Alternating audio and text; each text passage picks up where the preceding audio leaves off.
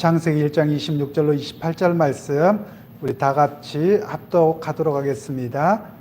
하나님이 이르시되 우리의 형상을 따라 우리의 모양대로 우리가 사람을 만들고 그들로 바다의 물고기와 하늘의 새와 가축과 온 땅과 땅에 기는 모든 것을 다스리게 하자 하시고, 하나님이 자기 형상 곧 하나님의 형상대로 사람을 창조하시되 남자와 여자를 창조하시고, 하나님이 그에게 복을 주시며 하나님이 그들에게 이르시되 생육하고 번성하여 땅에 충만하라. 땅을 정복하라. 바다의 물고기와 하늘의 새와 땅에 움직이는 모든 생물을 다스리라 하시니라. 아멘. 네, 오늘은 우리 장로교회 교리인 12신조에 대한 설명을 하게 될 텐데요. 오늘은 12신조 4번과 5번을 여러분들에게 강의를 하려고 합니다. 여러분 영상으로 들으시는 분들은 없으셔서 좀 이렇게 안타깝기는 한데요. 여러분들이 귀를 기울여서 들으시면 좋겠고요. 또 현장에 나와 계시는 분들은 우리 먼저 4번, 5번 같이 읽도록 하겠습니다. 시작. 하나님께서 모든 유형물과 무형물을 그 권능의 말씀으로 창조하사 보존하시고 주장하시나 결코 죄를 내시는 이는 아니시다.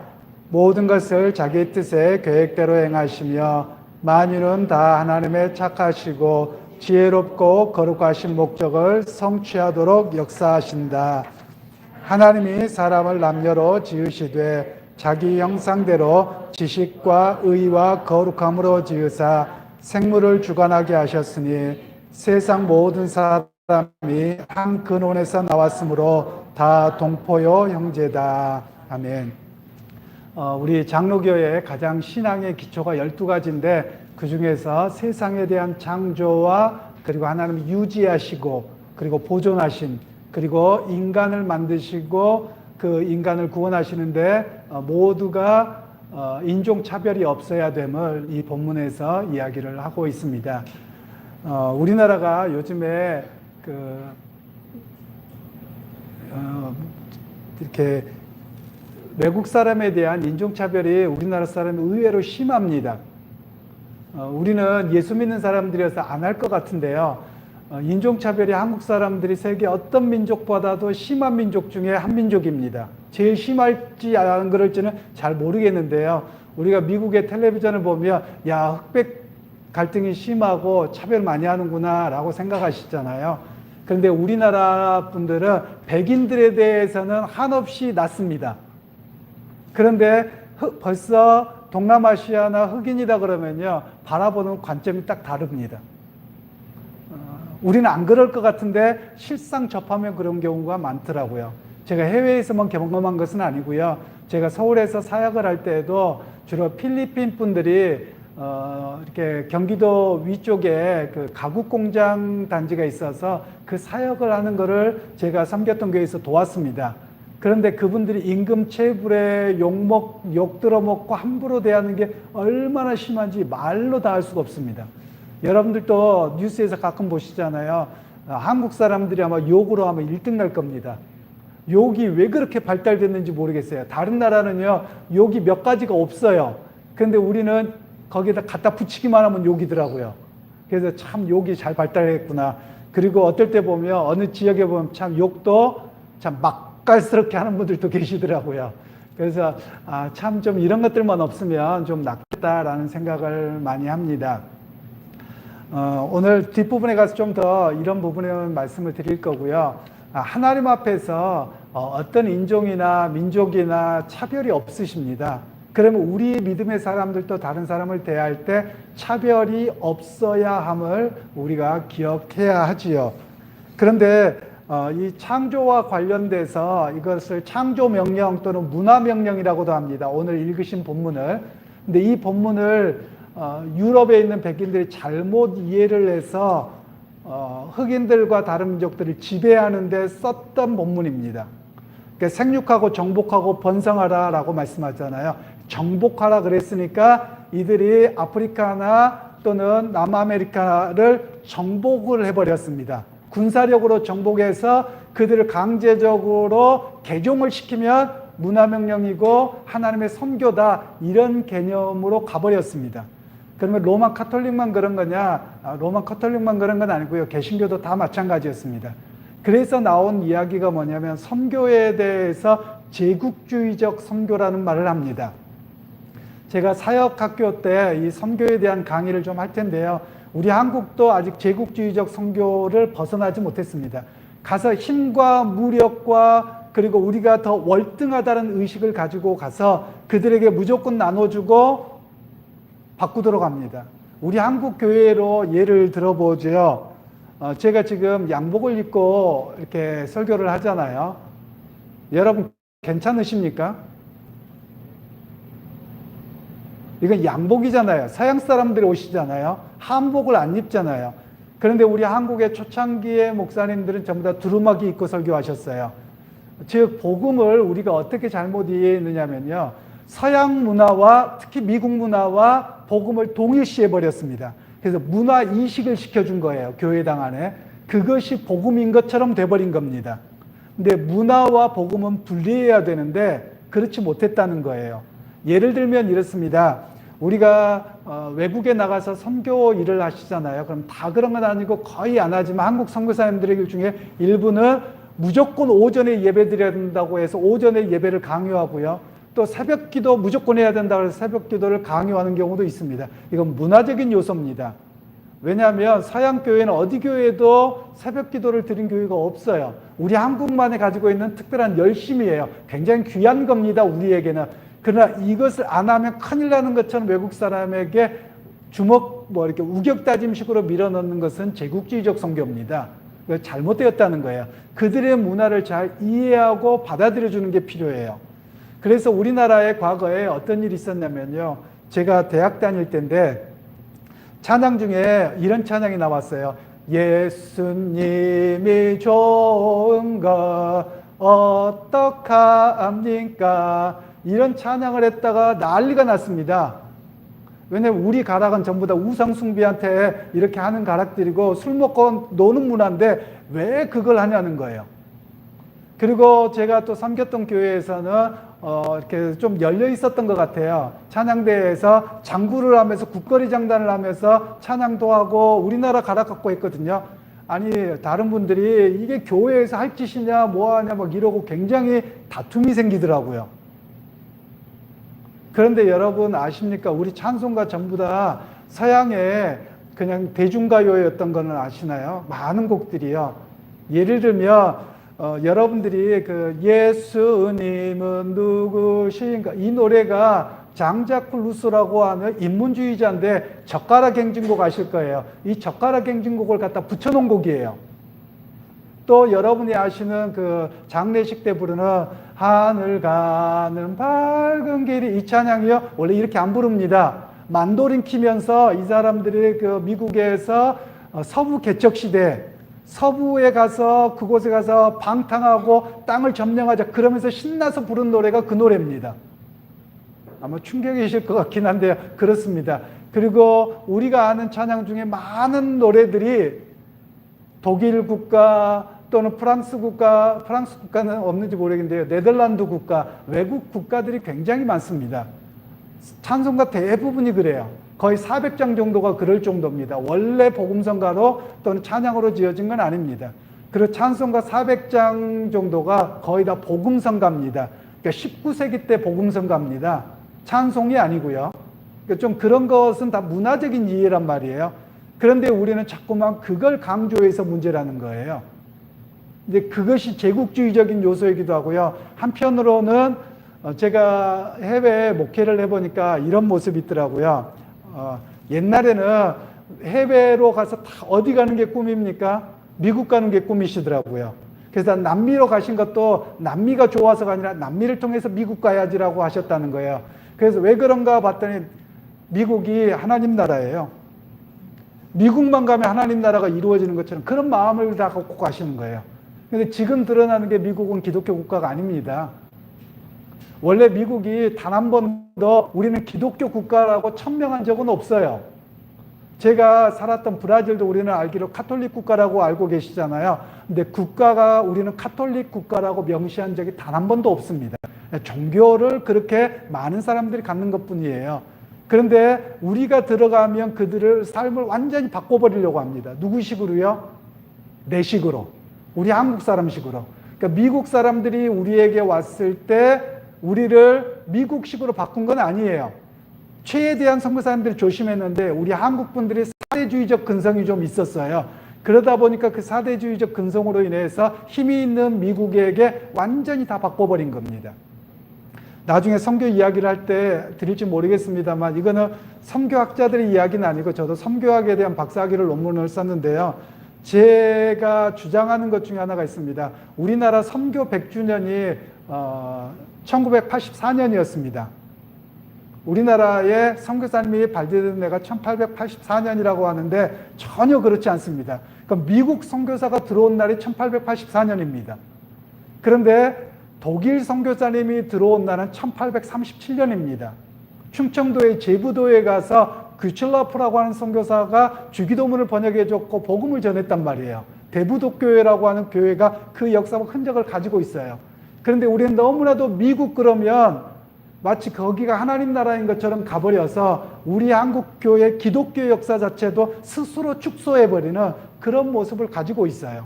이게 뭐냐면 사대주의적 요소와 제국주의적 요소가 그대로 교회 안에 들어와서 선교를 잘못 이해했기 때문에 그러합니다. 제가 이 유럽 사람들은 어떻게 했냐면요. 가서 정복하라 그랬단 말이에요. 이 본문에. 그러니까 가서 무력과 힘으로 문화로 물질로 정복해서 그 사람들을 강제로 예수 믿게 하면 정복한다. 이렇게 본문을 받아들였던 겁니다. 근데 이 본문은 원래 그런 의미가 아닙니다. 하나님의 세상을 창조하시고 나서 정복하라는 말을 여러분들이 영어로 보시면 그 영어도 잘 안 나와 있는데 히브리어에서는 갈아엎는다라는 뜻입니다. 경작하다라는 뜻이에요. 즉 그곳에 가서 경작을 할 때 여러분 옛날에는 소를 밀면서 땅을 이렇게 뒤엎었잖아요. 갈아엎었어요. 왜 그렇습니까? 가만히 있으면 땅이 굳어져요. 그럼 갈아엎으면 땅이 보슬보슬해지고 거기에 산소가 들어갑니다. 그러면 그 땅이 회복되는 겁니다. 그렇기 때문에 여기서 정복하라는 말씀은 하나님의 형상으로 지음 받았기에 어느 곳에 가서든지 거기서 회복자로 쓰고 그들에게 생명을 공급하라는 의미인데 말 그대로 그냥 이 번역을 잘못하고 또 잘못 이해함으로 정복해라고 해서 무력으로 다 짓밟아 버리는 그런 잘못을 가톨릭이나 개신교가 다 해왔다라는 겁니다. 오늘 우리도 이런 모습들이 여전히 있어요. 마치 신앙생활을 하면 너무 과거에는 이랬던 것 같아요. 우리 어르신들은 알지 모르겠는데요. 저희 어머니에게 들었던 이야기입니다. 옛날 교회당을 뭐라고 하는 줄 아세요? 연회당이라고 했다고 합니다. 왜 그러냐면 옛날에는 다 한복 입고 수줍어서 말도 못하고 남녀 칠수의 부동석인데 여자분들이나 남자나 보면 형제님 자매님하고 서로 얼굴을 두고 이야기를 하는 거예요. 그래서 세상 사람들이 보기엔 연회당이다 이렇게 했다는 거예요. 그리고 또 연애도 했겠죠. 젊은 나이에. 왜 안 했겠습니까? 근데 그런 면에서 교회가 사람들에게 비춰지는 시각이 뭐였냐면요. 옛날 시골교회들, 지금도 지방의 시골교회들 가면 교회가 동네 안에 안 있습니다. 동네에서 좀 외딴지 곳에 있든지 산 등성이에 있습니다. 왜냐하면 서양 귀신이라고 해서 못 들어오게 해서 좀 그런 모습들이 우리 한국 교회에 있었습니다. 그런 면에서 참 많이 변화가 되었는데요. 우리 한국 교회가 지금은 큰 어려움이 없습니다만 오전 예배가 되는 게 큰 어려움이 없습니다. 그런데 한국 교회 초기에는 우리나라에서 11시에 예배를 드리는 것에 대한 갈등이 굉장히 많았습니다. 어른들이 농사를 짓습니다.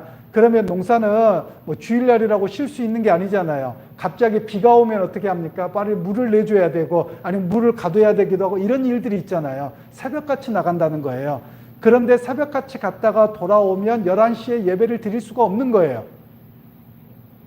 이거는 유럽의 문화입니다. 11시에 예배 드리는 것은요. 예수님 당시나 사도들은 전부 다 저녁 때 일 끝나고 그때는 주일이라고 해서 쉬는 날이 아니었어요. 그러니까 다 일 끝나고 와서 저녁 때 예배 드리는 게 대예배였어요. 원래가요. 그래서 지금도 유럽의 포르투갈이나 스페인이나 또는 이 이렇게 남미 쪽이나 중남미 이쪽은 전부 다 저녁 때 예배를 드립니다. 그런데 우리 한국 사람, 야, 11시가 예배가 진짜야. 무조건 11시 예배 드려. 여러분, 이건 잘못된 것이죠. 오히려 그들이 더 성경시대와 가까워요, 사실은. 그런데 왜 11시에 듣는고 하니, 유럽은 낙농국가입니다. 농업국가가 아니라서요. 낙농국가는 매일 해야 되는 게 있습니다. 아침마다 가서 뭐 해야 됩니까? 젖을 짜야 돼요. 젖을 짜고 예배당을 갈 수 있는 시간이 11시예요. 그랬기 때문에 11시로 바뀐 거예요. 할 수 있는 시간이 그 시간이었기 때문에.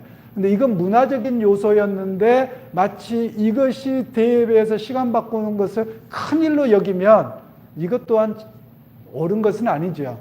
왜냐하면 성경에 우리 보고 11시에 예배 드려라 한 적이 단 한 번도 없어요. 시간을 말씀한 적도 없어요. 그런데 기독교 전통의 역사 속에서는 항상 밤에 예배 드렸었던 것이 시대를 따라서 변했다는 것 뿐입니다. 그런데 우리가 자꾸만 뭘 하게 되냐면 정복하라는 의미를 제국주의적인 것으로 이해함으로 답습을 하는 겁니다. 옛날에 선교사님이 11시에 또는 옛날 교회가 11시였으니까 11시면 다른 예배 시간에 들으면 큰일 나라고 하는 것은 잘못된 것이고요.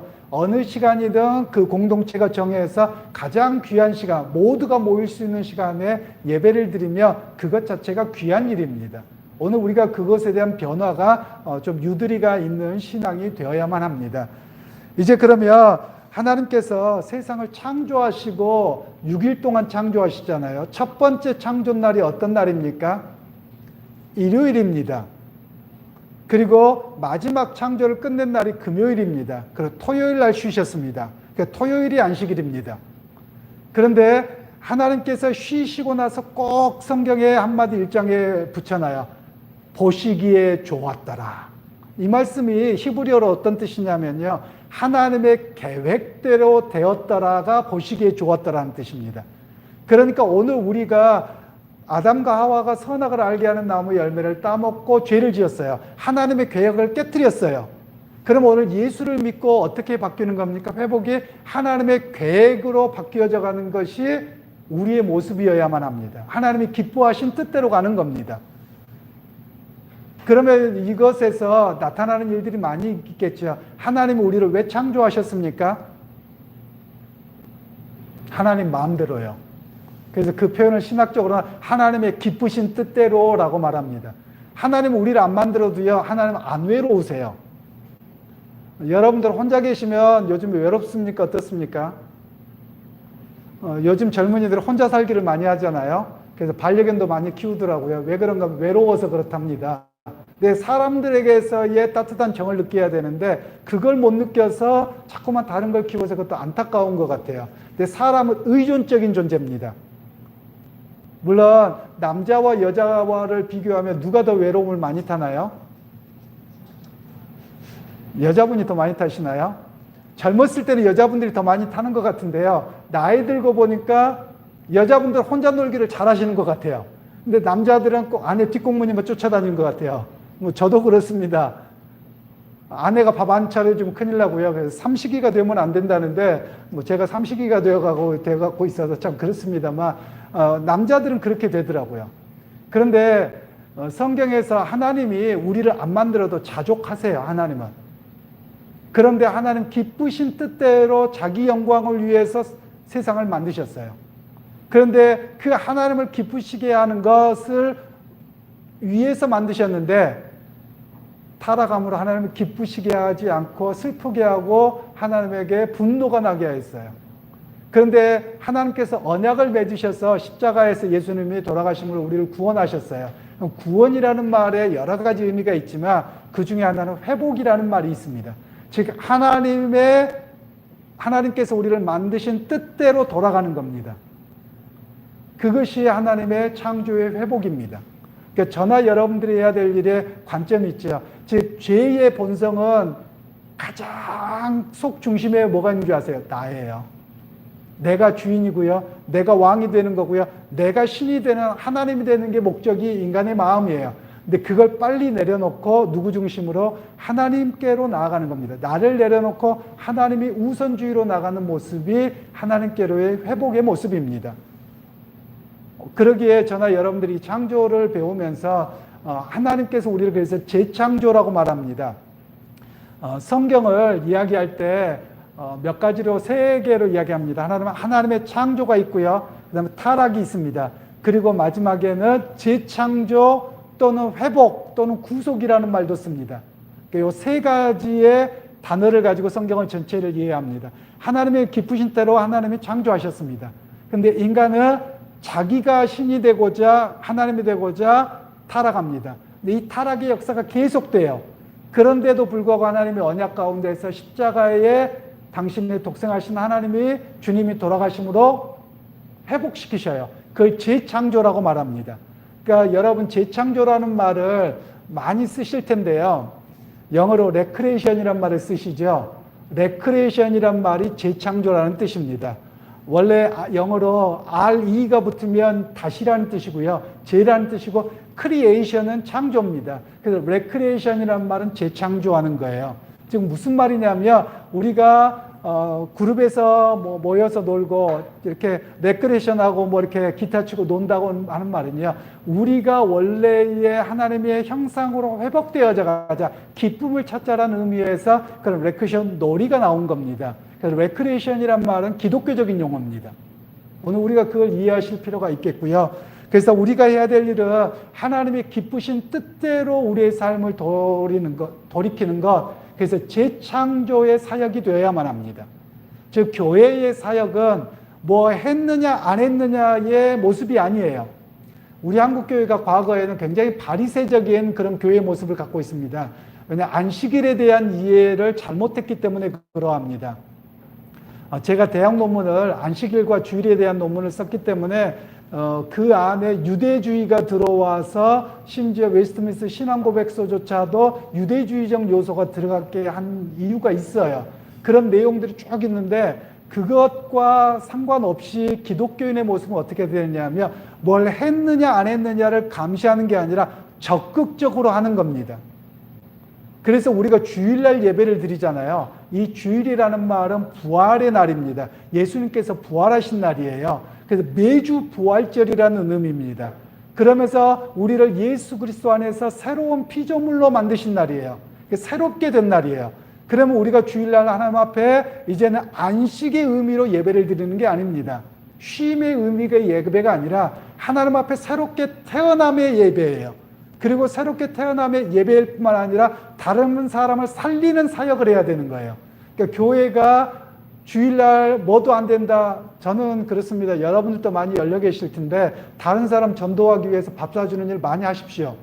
다른 사람들 물론 교회 예배 안 나오고 거기 가시는 건 옳지 않지만 예배 드리고 나서 사람들을 회복하고 교제하고 하는데 여러분 그 일은 적극적으로 하는 겁니다. 왜냐하면 그게 재창조의 역사이기 때문에 그러합니다. 하나님께서 우리로 하여금 하나님의 계획하신 방향으로 돌리기를 기뻐하시는 겁니다. 그래서 우리의 신앙이 앞에 말씀드린 것처럼 한번 따라서 해볼까요? 창조, 타락, 구속, 회복, 재창조. 그래서 우리는 어떤 사람이냐면 구약에 묶인 사람이 아니라 예수 그리스도를 통해서 회복되고 재창조를 감당하는 사람이 우리의 모습이라는 겁니다. 그래서 하나님의 창조에 대한 이해를 우리가 잘 하실 필요가 있겠습니다. 그래서 우리를 고린도후서에서는 그리스도 안에서 새로운 피조물이 되었도다. 과거로 씁니다. 이미 되었다 선포를 해버리는 거예요. 우리는 과거에 속한 사람이 아니라 새로운 피조물입니다. 그럼 새로운 피조물이면 어떻게 봐야 될까요? 바라보는 관점이 바뀌어야 되는 겁니다.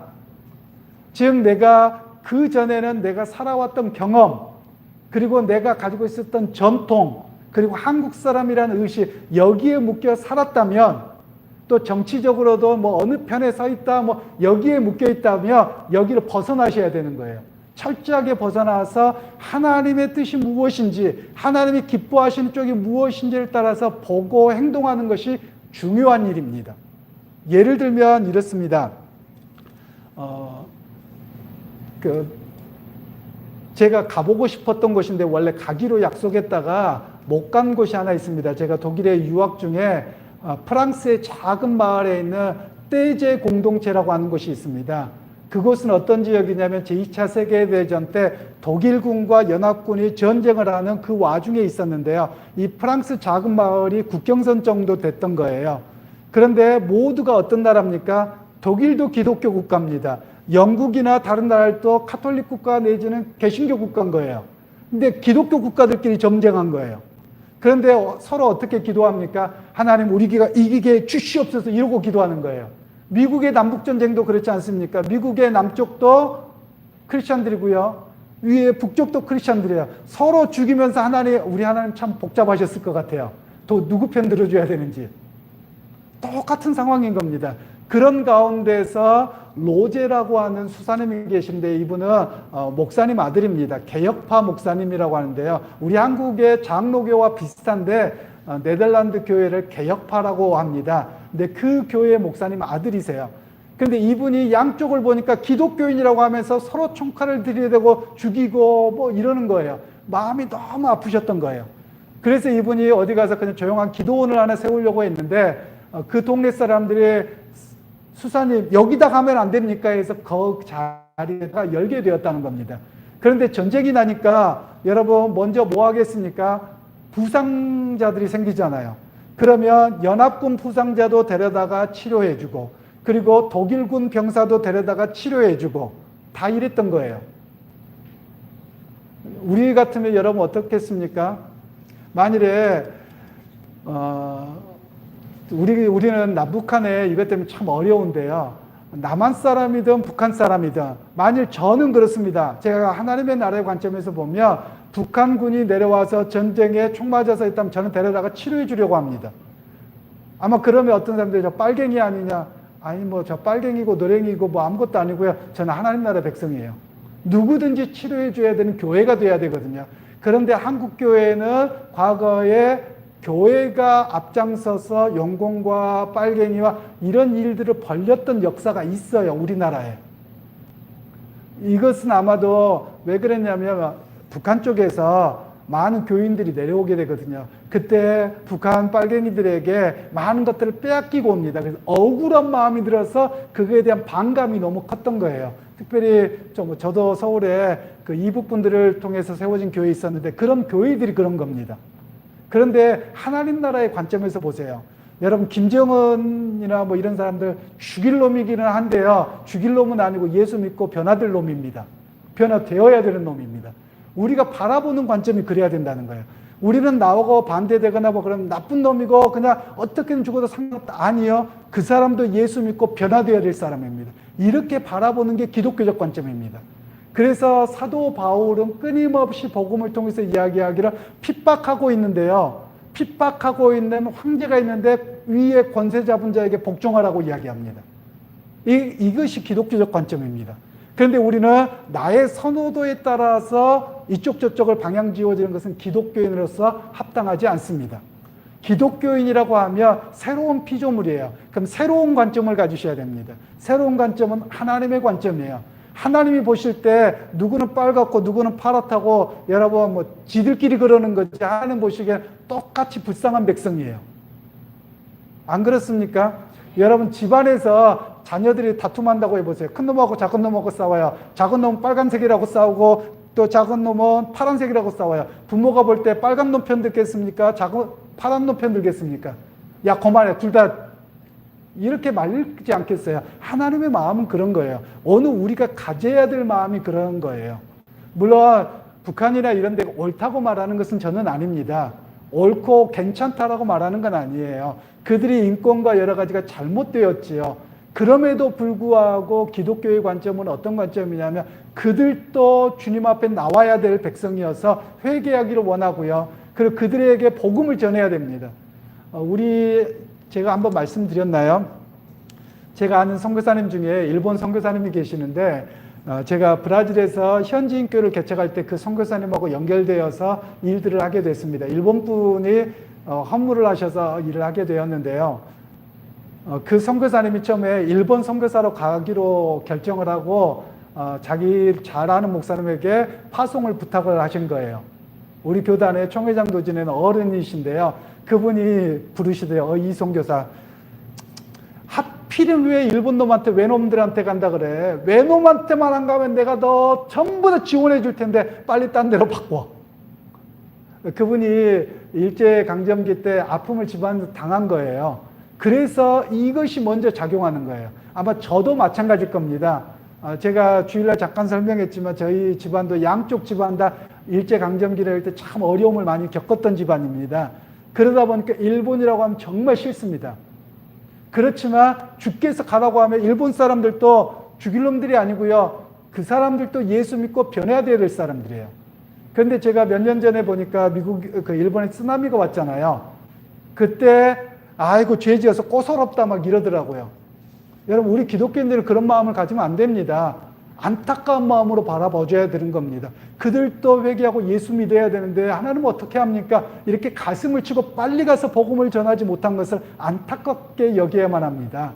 그런데 우리는 그 하나님 나라의 관점, 하나님의 관점으로 우리가 바라보지 못해서 아직 멀었어요. 그래서 우리가 하나님의 재창조의 시각을 가지실 수 있기를 바랍니다. 그래서 하나님의 관점으로 바라보실 수 있기를 소원해요. 여러분 교회 안에서 옳고 그름도 중요합니다. 때로는 근데 큰 죄를 짓지 않았으면 뭐 하는 게 좋습니까? 화해하는 게 좋습니다. 그리고 함께 손잡는 게 옳은 일입니다. 주님께서 그러셨잖아요. 주님께서 우리에게도 화해하기를 원하시지 옳은 것만 맨날 우기지 않으셨거든요. 누가 우깁니까? 바리새인들이 그랬어요. 자기들의 복이 옳은 거예요. 제가 한 가지 우스갯소리인데요. 이야기를 드려볼게요. 여러분 집에 들어가실 때 문을 어떻게 여십니까? 대문을 땡기십니까? 미십니까? 우리나라는 땡기잖아요. 딴 나라는 다 밀고 들어갑니다. 그러다 보니까 저도 가끔 헷갈릴 때가 있더라고요. 문이 안 열리는 거예요. 보니까 밀어야 되는 거예요. 그리고 또 방 안에 들어가거나 아니면 특별히 화장실 들어갈 때 불을 켤 때 화장실 불이 어디가 있어요? 바깥에 있잖아요. 근데 갔더니 밖을 아무리 만져봐도 없어요. 안쪽에가 있는 거예요. 그들이 문한 거예요. 그리고 또 이렇게 이렇게 빗질을 하는데요. 그것도 얼마나 다르든지요. 우리나라 사람들 빗질을 어떻게 합니까? 집 안에서 바깥으로 먼지를 쓸어내잖아요. 그렇지 않나요? 그런데 거기를 갔더니요. 밖에서부터 집 안으로 다 쓸어 모으더라고요. 왜 그런가 저 사람들 봤을 때 그렇게 하지 말라고 해도 안 되는 거예요. 그러니까 뭐 때문에 그러냐면 바깥으로 이렇게 쓸으면 뭐 복이 나간다 이런 건 아니고요. 그 사람들에게도 바깥으로 하면 지나가는 사람이 이러는 사람들의 피해가 되기 때문에 안으로 모으는 문화인 거예요. 문화적으로 다른 거죠. 그런데 우리는 저 자신도 한국 사람이세요. 야, 왜 멍청하니 그렇게 하냐. 저도 모르게 그렇게 하고 있더라고요. 그러면서 제가 생각하면서 아이고 이것도 내 편견이다. 나만 옳다고 생각하는 편견이다. 여러분 그렇지 않겠습니까? 우리가 좀 그런 것들을 깨뜨리시고요. 하나님의 관점에서 보실 필요가 있습니다. 그래서 저는 우리 교회가 그런 의미에서 좀 변화가 됐으면 좋겠고요. 제발 여러분들한테 부탁할 것 중에 하나가 뭐냐면 전라도교 믿지 마시고요. 경상도교 믿지 마십시오. 충청도교 믿지 마십시오. 교회 안에서도 보니까 전라도, 경상도 나눠가지고 싸우고요. 뭐 전라도가 어쩌고 경상도가 어쩌고 교회마다 그렇더라고요. 그래서 예수 믿는 것보다 더 먼저인가 싶을 때가 있어요. 여러분 예수가 최고 우선입니다. 그러니까 전라도 경상도 여러분 그 다 쓰레기통에다 버려버리시고요. 우리는 예수 믿는 사람들입니다. 근데 그걸 붙들고 살아가시는 겁니다. 그래서 예수님의 관점, 하나님이 우리를 어떻게 회복시키고 그 은혜 가운데 살아가게 하셨는가를 창조의 관점을 바르게 갖는 것이 필요합니다. 그러게 오늘 본문의 말씀을 여러분 하나님의 문화명령입니다. 그래서 제가 명령이라고 신학자들은 이걸 그렇게 이야기해요. 창조명령, 문화명령이에요. 그러니까 어느 곳에서든지 가든지 하나님의 형상으로 지음받았기에 그곳에 가서 회복하고 살리는 역할들을 해라 라고 주시는 메시지입니다. 그러기에 이 교리를 제가 조금 더 문화명령이나 이런 쪽을 말씀을 드렸는데요. 하나님은 창조하실 때 당신의 형상으로 만드셨다고 말씀하세요. 제가 하나만 더 말씀을 드리면 하나님께서 아담을 만드시잖아요. 근데 이름을 사람을 지으셨는데 그 사람을 아담이라고 지으셨어요. 근데 이 아담이라는 뜻이 히브리어로는 어떤 뜻이냐면요. 진흙의 먼지라는 뜻입니다.